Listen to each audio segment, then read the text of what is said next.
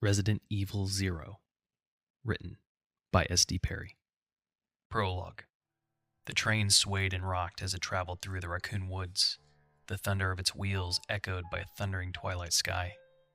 Bill Nyberg rifled through the Hardy file, his briefcase on the floor at his feet. Been a long day, and the gentle rocking of the train soothed him.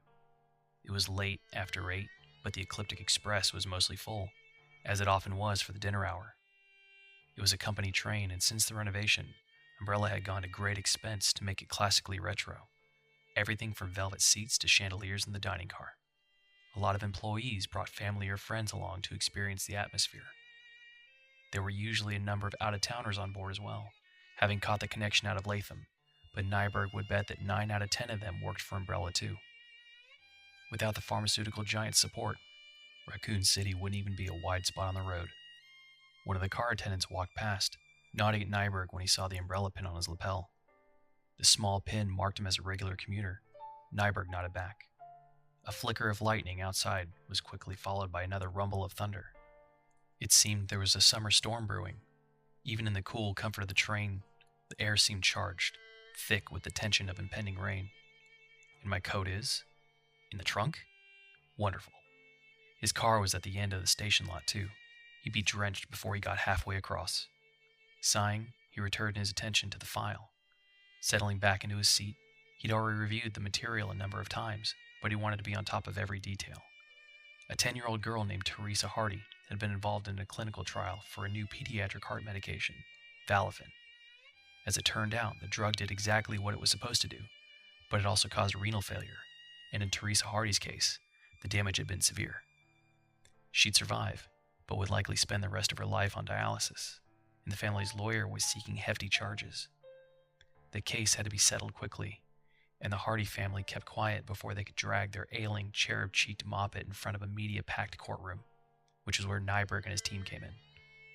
The trick was to offer just enough to make the family happy, but not as much to encourage their lawyer, one of those strip mall, we don't get paid unless you get paid outfits, to get greedy.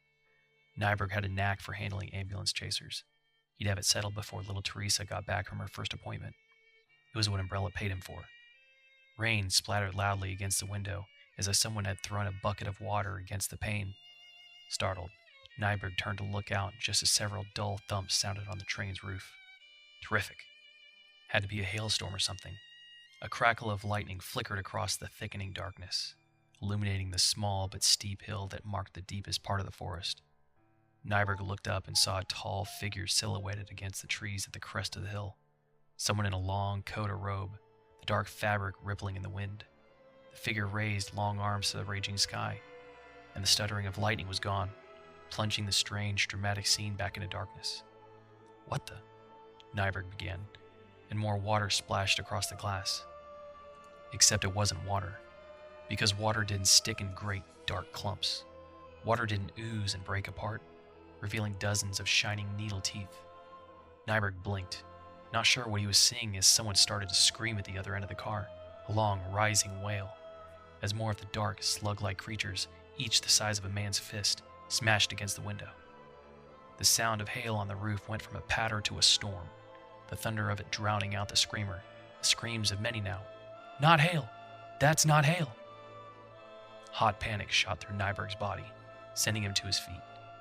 He made it to the aisle before the glass behind him shattered, before glass all through the train was shattering. The high, jagged sound of it melting with the screams of terror, all of it nearly lost beneath the ongoing thunder of attack. As the lights went out, something cold and wet and very much alive landed on the back of his neck and began to feed. End of prologue.